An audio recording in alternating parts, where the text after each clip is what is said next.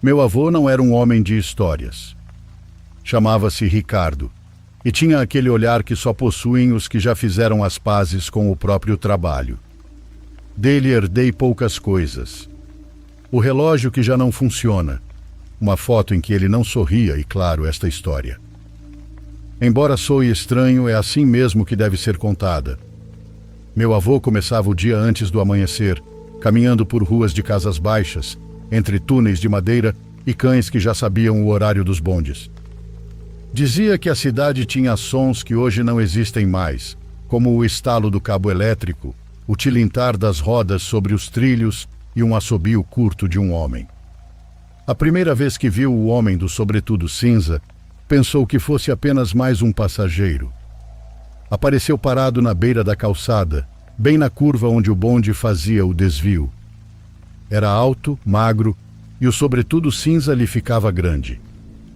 O chapéu cobria metade da testa, e o rosto, não sei como explicar, parecia nítido e borrado ao mesmo tempo, como aquelas fotos antigas em que a luz engole os traços. Não subiu, não falou, apenas o olhou e levantou a mão, fazendo um gesto estranho, como o de um professor apontando para o quadro. Não apontava para o bonde, mas sim para a rua ao lado. Meu avô não mudou a rota. Rotas não se mudam por gestos, dizia ele, e continuou. Naquela noite, ao contar o dinheiro arrecadado, lembrou-se do homem do sobretudo, mas não deu importância. No dia seguinte, voltou a vê-lo na mesma esquina, na mesma hora da manhã, e com o mesmo gesto com a mão, que seguisse por outra rua. No terceiro dia, a mesma coisa. Em uma semana, o homem do sobretudo cinza já era parte da paisagem diária. Meu avô tentou cumprimentá-lo com um aceno de cabeça, mas o homem não reagiu, apenas levantou a mão. A curva onde ele aparecia não era perigosa. A rua era estreita, sim, mas havia visibilidade. O único incômodo era um caminhão de carga que às vezes estacionava mal logo adiante e bloqueava a passagem. Fora isso, mais nada. Até que um dia, meu avô decidiu fazer algo que não se permite a quem vive de horários. Ele mudou a rota por alguns metros só naquele trecho.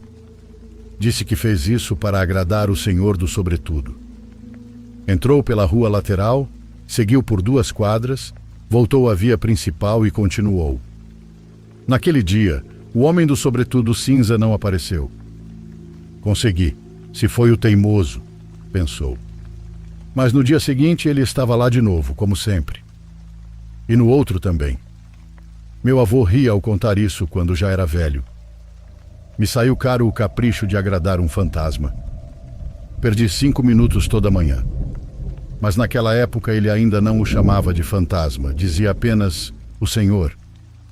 A cidade também tem memória, mesmo que as pessoas não se lembrem. Naqueles dias começaram obras na avenida principal. Caminhões passavam às 10 e os policiais moviam barreiras com uma autoridade que só existe às 6 da manhã.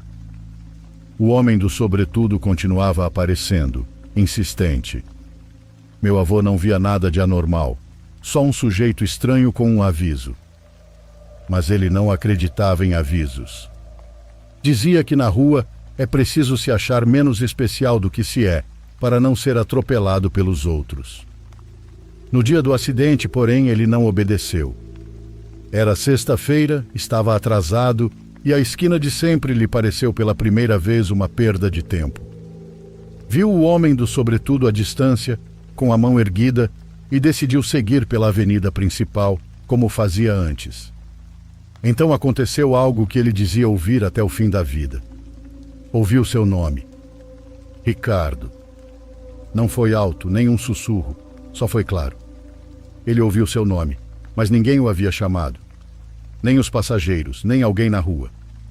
Mesmo assim, ouviu. Freou o bonde. Os passageiros se agarraram às barras e praguejaram. O homem do sobretudo, lá na esquina, abaixou a mão. E naquele instante um caminhão de cerâmica veio sem freios, atravessou o cruzamento e passou exatamente onde o bonde estaria se meu avô não tivesse parado. Não houve mortos, Apenas gritos, caos e aquele cheiro de borracha queimada que gruda no paladar. Os passageiros desceram todos curiosos e assustados. Um deles disse: "Se o senhor não tivesse parado, não tinha sobrado nem pedaço da gente." Meu avô não era de dramatizar, mas se apoiou na cabine e vomitou de nervoso. Quando levantou o rosto, o homem do sobretudo não estava mais lá. Naquela noite contou o ocorrido à minha avó como quem entrega um bilhete. Ela lhe serviu café, tocou sua testa e disse algo que até hoje me pesa pela simplicidade. Às vezes, os que ficaram no meio do caminho voltam para que outros não terminem igual. Meu avô voltou a ver o homem uma única vez, na segunda-feira seguinte. Caminhava rumo à garagem e o homem do sobretudo o esperava na mesma esquina. Dessa vez, falou e não abriu a boca. Foi o que meu avô disse, mas ouviu a voz clara como da outra vez. Por aqui. Meu avô entrou na rua lateral e seguiu atrás dele. O homem não caminhava, só deslizava como quem não pesa nada. Dobrou outra esquina e parou diante de uma casa de portão azul. Demorou alguns segundos para se virar, e pela primeira vez meu avô viu-lhe o rosto inteiro. Era jovem, cansado e com os olhos muito abertos. Olhos de quem não teve tempo de se despedir.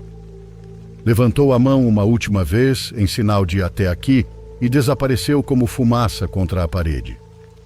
Atrás do portão azul havia um pequeno altar, desses que se colocam quando acontece algo que não se quer esquecer. Tinha flores secas, uma vela apagada e uma foto dentro de um plástico. Meu avô não tocou em nada. Olhou por cima da cera endurecida e reconheceu o rosto. Era o homem do sobretudo cinza. Sem sobretudo, sem o uniforme de trabalho e com um sorriso quase completo. Também havia uma data e um nome. André. O ano era 2 antes de meu avô começar a trabalhar naquela rota. Ele perguntou à dona da mercearia próxima, e ela contou que André havia morrido exatamente naquele cruzamento. A mulher fez um gesto com a mão, como quem espanta, e fez o sinal da cruz. Anos depois, já em seu leito de morte, meu avô me pediu 2 coisas. A primeira, que eu desse corda ao relógio apenas por fazer. A segunda, que contasse bem a história do homem do sobretudo cinza. Não coloque flores, disse. Diga apenas que ele salvou alguém a quem não devia nada, e que talvez quisesse que outro não terminasse como ele. Perguntei se ele havia sentido medo. Disse que sim, mas não dele, e sim medo de não ter entendido a tempo. Às vezes encontro a rota em mapas antigos. A curva já não existe, e praticamente mudaram tudo. A cidade moe esquinas, endireita curvas e faz a gente esquecer. Mas nem tudo se apaga. Há pouco tempo, minha mãe me deu uma caixa com papéis do meu avô. Dentro havia uma fotografia dobrada do bonde e da rua onde ele freou. No verso, em sua letra, estava escrito: "Obrigado, R." Não havia destinatário, mas eu sabia para quem era. Não quero vender-lhes medo. Nesta história, o medo foi um freio que valeu a pena. A alma que o deteve não veio cobrar nada. Veio pagar uma dívida com o mundo, dessas que ficam pendentes quando a vida é cortada antes do tempo. Não sei se vocês acreditam nisso, mas eu sinceramente, sim. Porque, embora ninguém tenha dito em voz alta, cresci com a sensação de que um homem de sobretudo cinza apareceu por anos, só para que um cobrador de bonde chegasse à velhice. E esse cobrador de bonde era meu avô.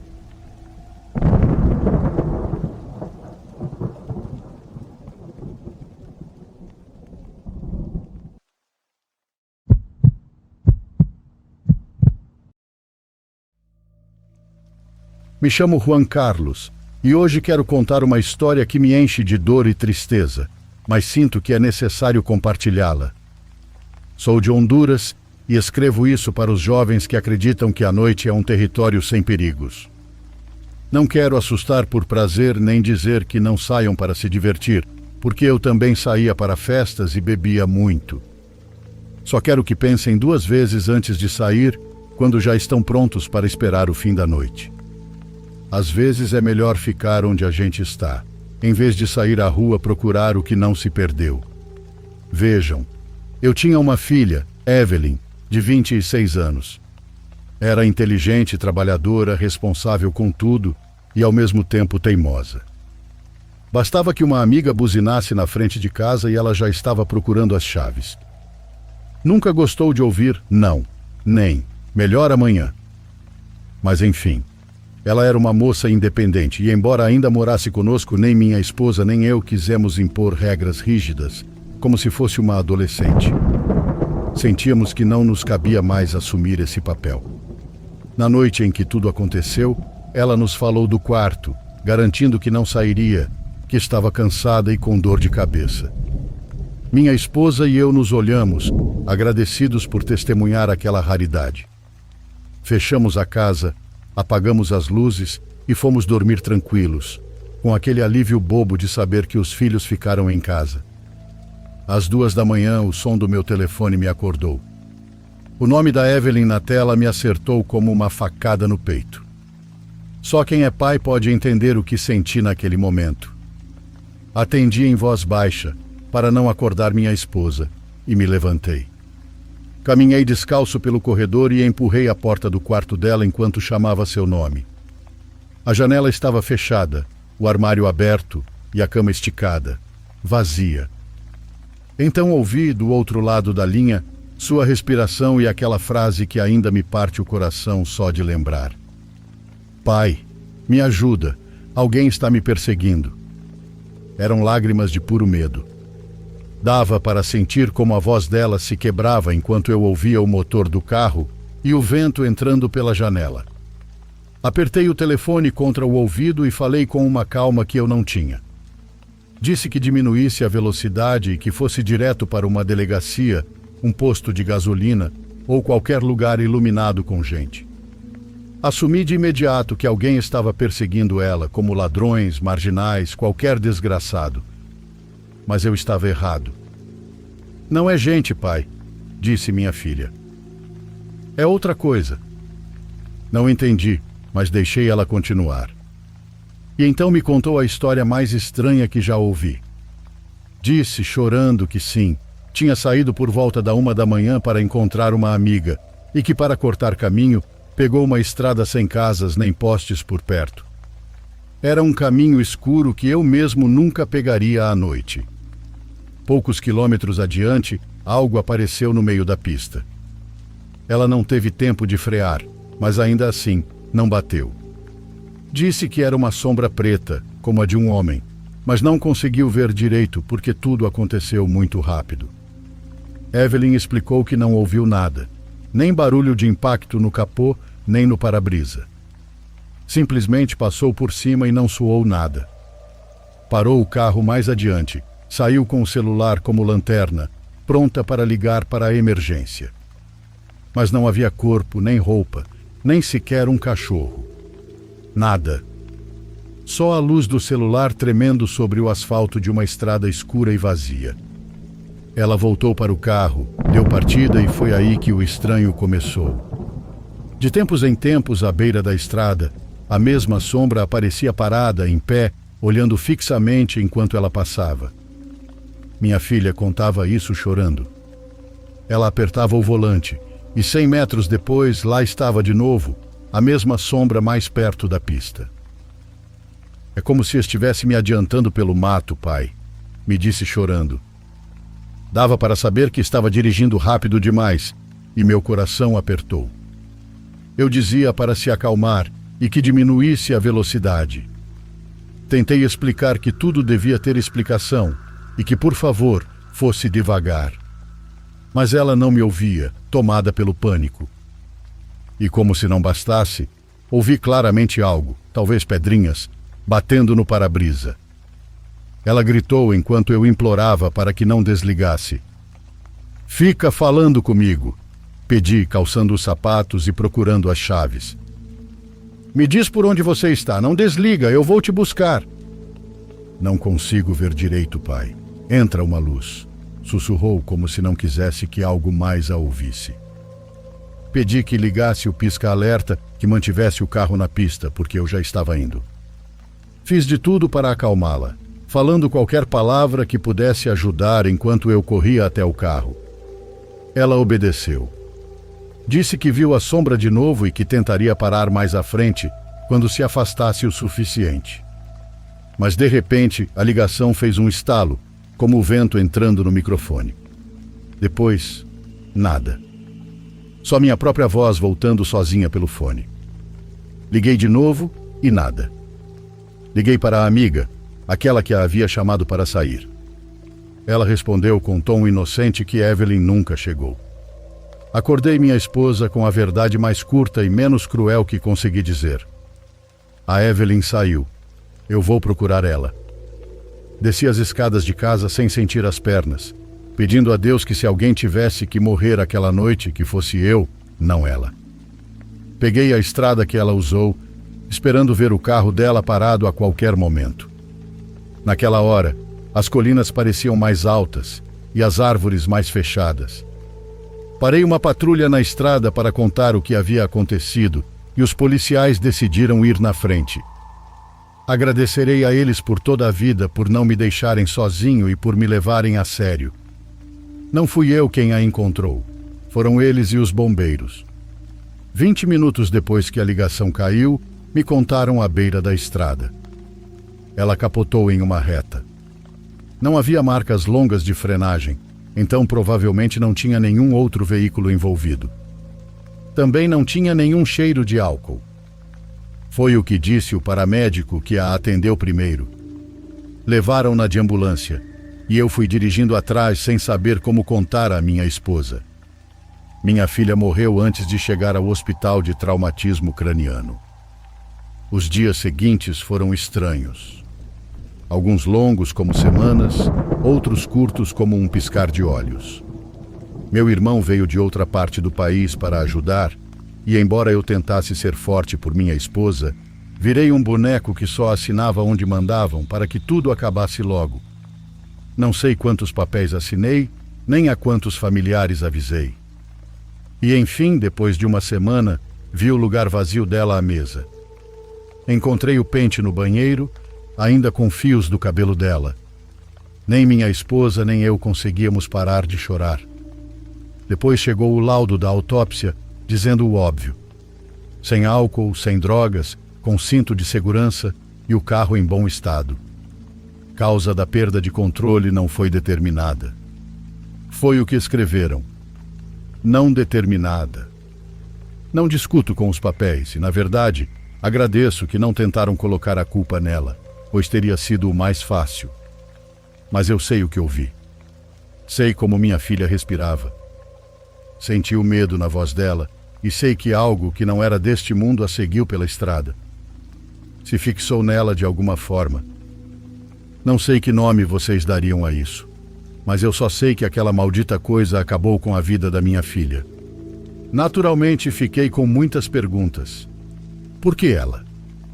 Por que naquela noite, justamente quando disse que não sairia? São perguntas que me atormentam e nunca me deixarão em paz.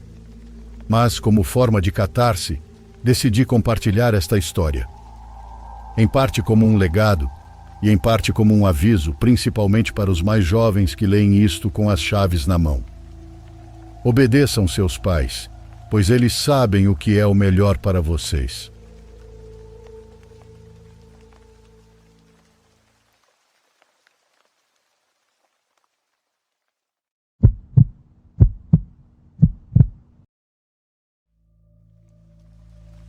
Não sei se você se lembra que em meados dos anos 90 existiam programas muito populares que era por ligação.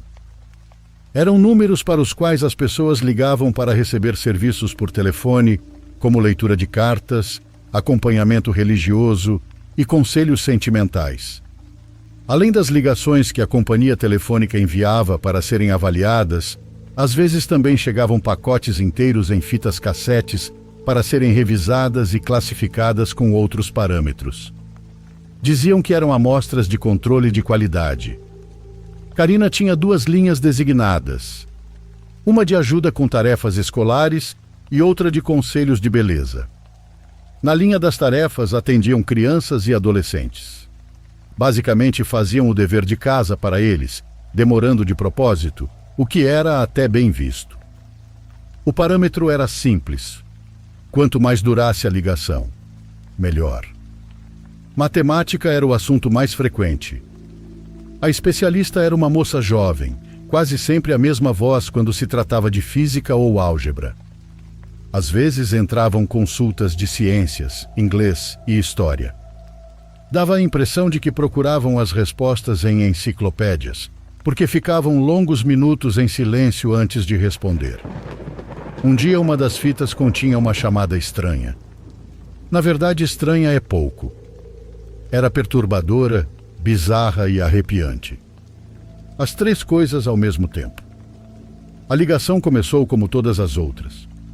A atendente se apresentou, informou a tarifa por minuto e repetiu o aviso de que a conversa seria gravada. Pediu o nome do aluno e depois ficou em silêncio, esperando resposta. Do outro lado ouviu-se um ruído suave, como se o fone de ouvido roçasse um tecido. Era uma criança, a voz soava séria e um pouco desconfortável. De vez em quando tremia, como se falasse depois de chorar. Perguntaram de que matéria era o dever. O menino demorou alguns segundos para responder, pois parecia estar procurando a folha no caderno. De ciências naturais, disse. Na gravação dava para ouvir que o colocaram em espera e ativaram a música de espera, que é aquela melodia em looping. Ele não podia ouvir os atendentes, mas Karina sim. No lado da linha das tarefas, 2 pessoas conversavam em voz baixa. A especialista em ciências naturais não estava disponível, mas disseram que mesmo assim poderiam ajudá-lo. Tinham as enciclopédias à mão. Tiraram a música e pediram que ele lesse a primeira pergunta. Por que quando alguém se machuca, primeiro grita e depois fica calado por muito tempo? Silêncio. Do outro lado, o menino respirava perto do telefone, aparentemente sem se mover. Ninguém soube o que dizer por um momento. Karina também ficou imóvel com os fones no ouvido, sentindo o silêncio se alongar. Um dos atendentes improvisou uma resposta. Isso acontece porque o corpo entra em estado de choque, ou às vezes por causa de uma pancada forte. É como se o corpo se desligasse por um momento para se proteger da dor. O menino não disse nada, e ouviram apenas o som do lápis riscando o papel. Quando terminou, pediu a próxima pergunta. Se um corpo está muito quieto, como se sabe se ainda sente algo por dentro? De novo, o colocaram em espera. Ouviram-se murmúrios e risadinhas nervosas. Comentavam que tipo de tarefa era aquela, que soava mais como pergunta de hospital do que de escola. Quando retomaram a linha, um deles respondeu. Pode-se saber tocando o pulso ou verificando se respira. E se você estiver sozinho, o correto é chamar uma ambulância ou pedir ajuda a um adulto. O menino anotou. Depois leu a terceira pergunta. Por que a pele fica tão fria mesmo com cobertores por cima? Ninguém falou por quase 1 minuto. Ouviu-se uma cadeira ranger e alguém suspirou. Um dos atendentes disse que talvez fosse algo de ciências da saúde, mas estranho para o ensino fundamental. A outra lembrou de ter visto algo parecido no ensino médio, mas não de forma tão literal. Karina pausou a fita. Revisou a folha que vinha com o cassete.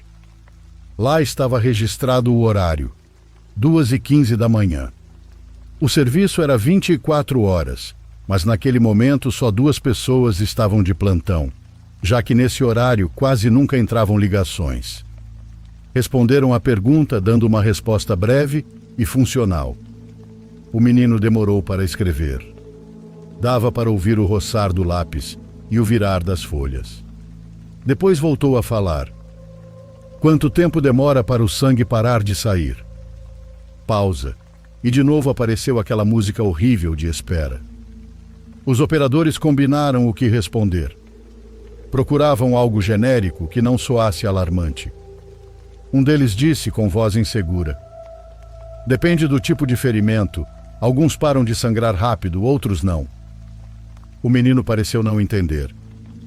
"Mas isso é muito ou é pouco?" perguntou. Repetiram que dependia do ferimento, do lugar, e que era difícil responder sem mais contexto. Então o menino lançou as 3 perguntas seguintes sem respirar. O que significa estar dormindo, mas com os olhos abertos? E se um coração para de bater, tem como fazer ele acender com eletricidade, como nos filmes? E o que acontece se você limpa tudo e mesmo assim o chão continua com sangue?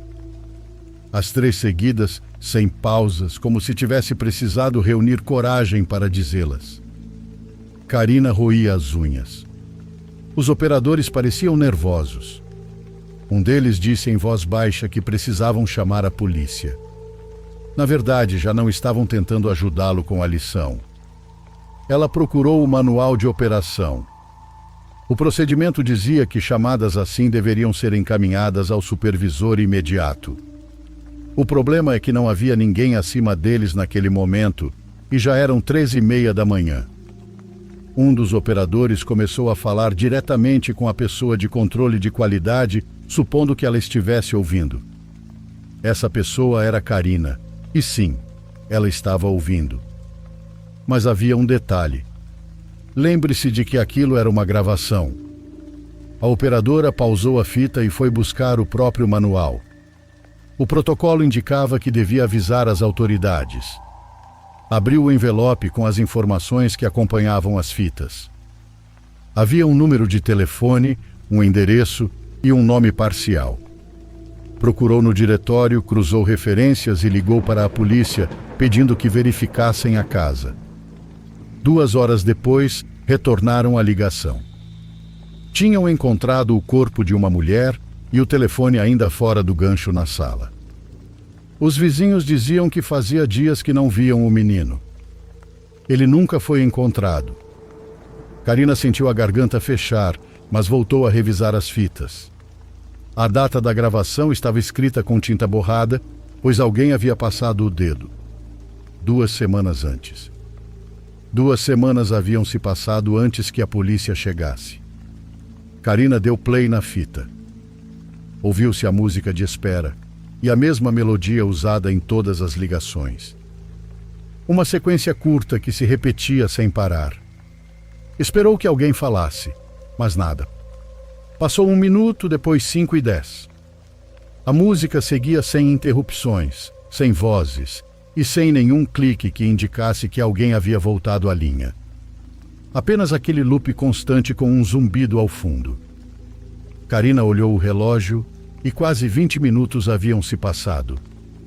De repente o cassete terminou. Durante todo esse tempo não houve som de passos, nem respiração, nem vozes. Somente aquela música vazia. Karina ficou sentada com os fones nos ouvidos, olhando a fita girar até que parou pela 2ª vez. Depois a tirou, guardou em seu estojo transparente e a etiquetou como todas as outras. Linha de tarefas. 2h15 da manhã. Arquivo encerrado.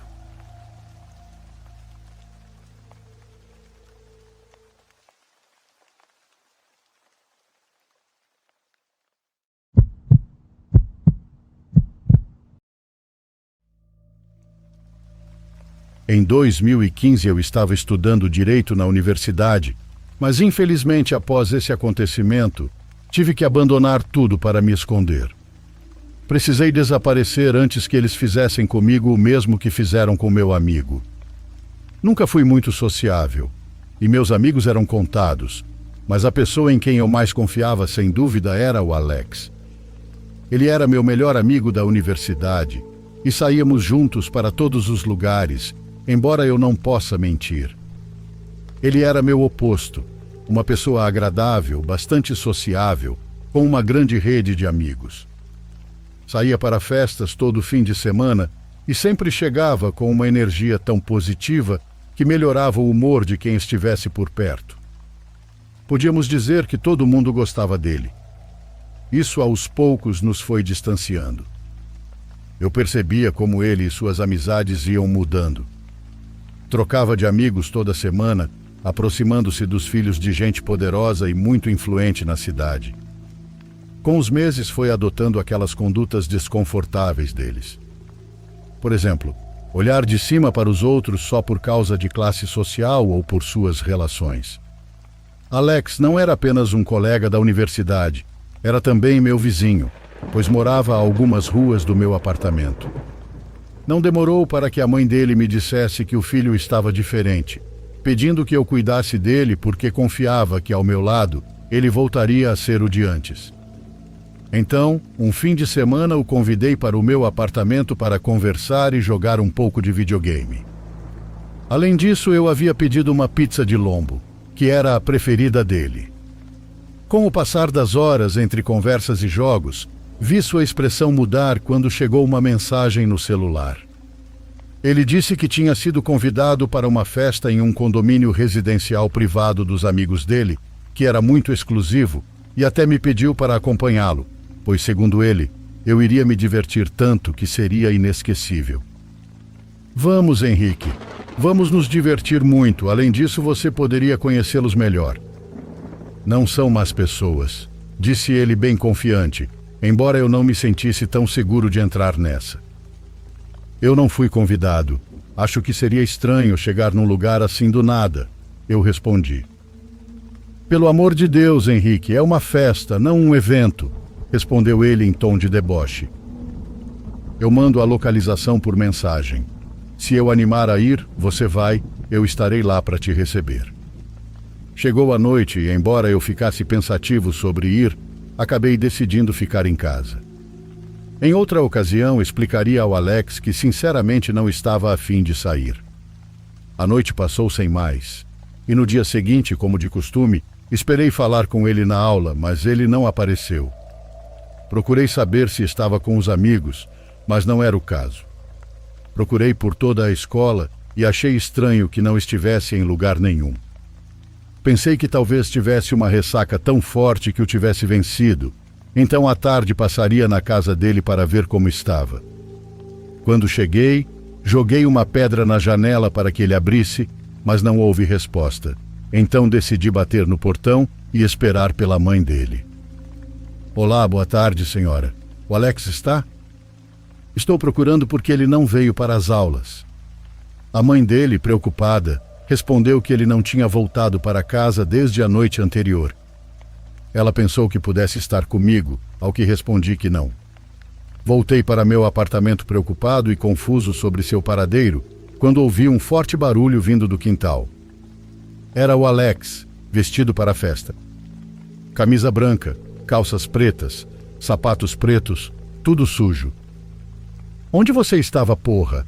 Gritei irritado, não só por preocupação, mas também por causa da mãe dele. Ele tinha de verdade, o rosto tomado pelo medo. O olhar estava na defensiva, olhando para todos os lados com desconfiança, e só me dizia repetidas vezes que o ajudasse porque o estavam seguindo. Tentei acalmá-lo como pude, mas ele continuava alterado, balbuciando coisas sem sentido. Vão me matar, Henrique. Eu não quero morrer, dizia. Eles são o diabo. Eles estavam comendo crianças. Fiquei tão assustado que não sabia o que fazer. Aquelas palavras caíram sobre mim como um balde de água fria. Do jeito que pude, pedi que ficasse ali enquanto eu ia pegar um copo d'água. Entretanto, no momento em que pisei dentro de casa, consegui vê-lo pela janela correndo do meu quintal em direção à rua, e ouvi 6 disparos. Isso me fez deixar o copo cair e saí correndo para procurá-lo. Depois de alguns minutos, não podia acreditar no que via. Alex estava caído na rua, agonizando, com tiros no peito. Sussurrei, Alex, sem acreditar no que via. Vai embora, senão vão pensar que eu disse algo, repetia ele, implorando. Mas eu me recusei a deixá-lo sozinho. Liguei para a ambulância enquanto outros vizinhos saíam de suas casas. Uma senhora disse ter visto uma caminhonete o seguindo, e quando se aproximaram, atiraram a queima-roupa e fugiram. Meu amigo infelizmente faleceu no hospital. Quando a polícia me interrogou, só pude dizer que ele tinha ido a uma festa, que ele não estava envolvido em coisas ruins e que era um bom rapaz. Decidi buscar a localização que ele tinha me mandado, porém a mensagem já não existia mais. Na verdade, foi como se toda a conversa tivesse sido apagada.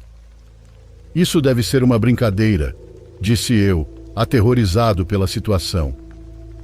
No dia seguinte, me aproximei daqueles que supostamente eram os amigos dele para perguntar sobre a tal festa, mas eles se recusaram a falar. Chegaram até a negar amizade com o Alex, dizendo que não o conheciam. Obviamente estavam mentindo, uma mentira estupidamente óbvia. Prometi desde então que investigaria quem estava por trás da morte do meu amigo. Disse que faria isso até dar meu último suspiro, e não pretendo descansar até achar essa gente porca.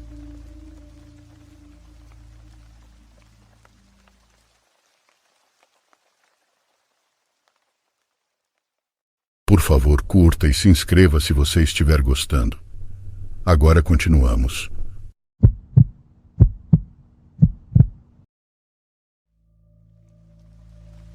Eu não costumo mais falar sobre isso, mas não porque eu tenha esquecido, e sim porque ninguém nunca realmente acredita em mim quando eu falo. A lembrança vem em flashes. O som de uma velha tábua do chão rangendo sob meus pés, o cheiro de cera e aquela voz. Baixa, áspera, tão próxima que eu a senti no peito.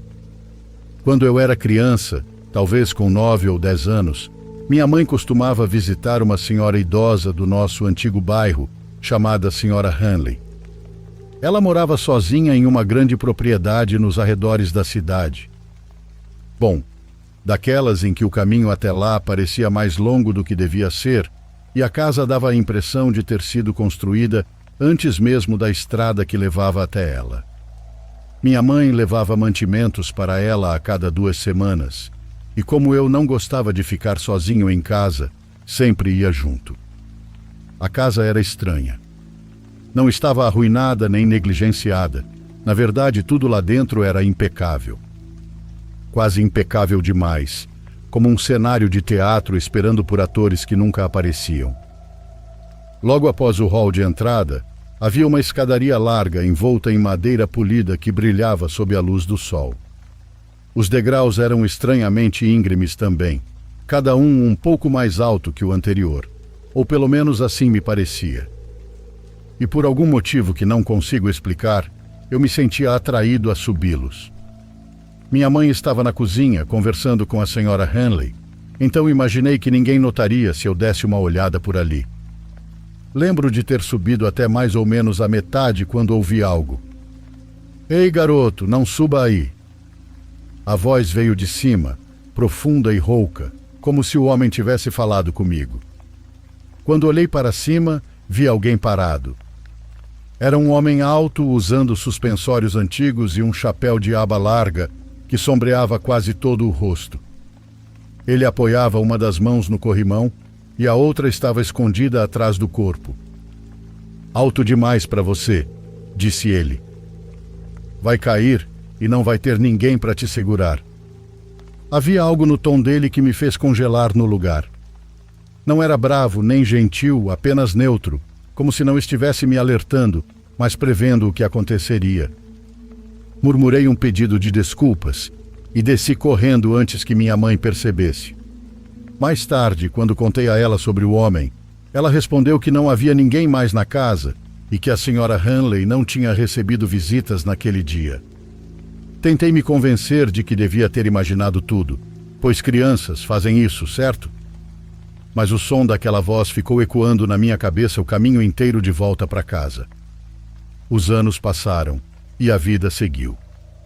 A senhora Hanley morreu enquanto eu estava na faculdade, e eu não pensava naquela casa havia muito tempo, até que o nome dela surgiu em uma pequena cerimônia em memória dela. A sobrinha dela, uma mulher que eu nunca tinha conhecido, comentava sobre finalmente vender a propriedade. Perguntei o que fariam com o andar de cima, e ela franziu a testa. "Não existe andar de cima", disse. Devo ter feito uma cara confusa, porque ela explicou que a escada havia sido fechada décadas antes, depois que o avô dela caiu e supostamente quebrou o pescoço ali. Os degraus agora não levavam a lugar algum, apenas a um patamar lacrado e a um pequeno sótão. Tinham deixado daquele jeito por razões sentimentais, mas ela admitiu que a coisa toda lhe causava arrepios. Até riu quando disse: "A gente brinca que às vezes ainda ouve ele andando lá em cima." Eu quis rir junto, mas não consegui. De repente me senti enjoado, porque ainda lembrava perfeitamente da aparência daquele homem. Na verdade, ainda lembro do chapéu, do jeito como ele se apoiava no corrimão e do cheiro pesado de poeira que ficou no ar depois que ele falou. E também lembro do som que ouvi antes dele aparecer, do leve rangido de uma tábua acima de mim. O mesmo som que não deveria existir se estivesse lacrado. No mês passado, passei de carro por aquela propriedade pela primeira vez em anos. Os novos donos tinham pintado a casa, consertado a varanda e deixado tudo bonito. Mas quando reduzi a velocidade perto do portão, vi algo que me fez apertar o volante com tanta força que meus dedos doeram. Por uma das janelas do andar de cima, vi movimento. Juro para você. No começo, só uma sombra, mas depois tão nítido quanto o dia. Parecia haver um homem parado ali, diante da janela. Alto, de ombros largos, com um chapéu de aba caída sobre o rosto. Tentei me convencer de que devia ser algum trabalhador, alguém da reforma, mas mantive os olhos fixos naquela janela enquanto o carro se afastava e a pessoa não se moveu. Permaneceu ali, simplesmente observando. Quando virei a esquina, lembrei daquele dia na escada e estremeci o caminho inteiro até em casa. Esse acontecido me marcou bastante, então espero que aqui possa compartilhar com gente que me entenda.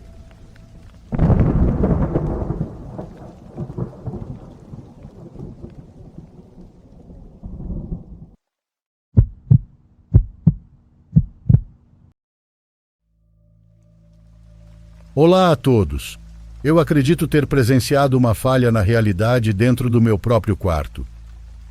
Há alguns meses eu acordei de madrugada para ir ao banheiro. Olhei o celular e eram 3 em ponto.